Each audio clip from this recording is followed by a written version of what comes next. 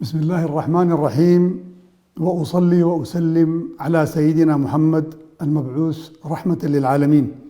المواطنين الشرفاء، تمر على بلادنا هذا العام مناسبة عيد الفطر المبارك، وبلادنا أصابها جرح بالغ، حيث سقط القتلى والجرحى وتشردت الأسر ودمرت المنشآت والمنازل، فالخراب والدمار وأصوات الرصاص ما تركت مجالا لفرح يستحقه أهلنا في كل ربوع بلادنا الحبيبة، فإننا لجد حزينون لهذا المآل.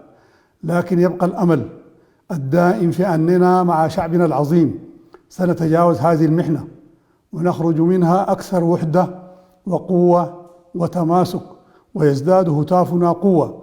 جيش واحد، شعب واحد، فإننا على ثقة في تجاوز هذه المحنة بالدربة والحكمة والقوة، بما يحافظ على أمن ووحدة البلاد، وبما يمكننا من الانتقال الآمن للحكم المدني.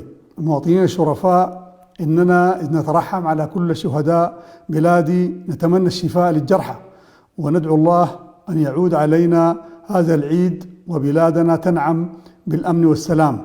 تحية لكم جند بلادي، وأنتم تقدمون أنفسكم فداء لهذا الوطن العزيز. عاش السودان حرا مستقلا، والسلام عليكم ورحمة الله وبركاته.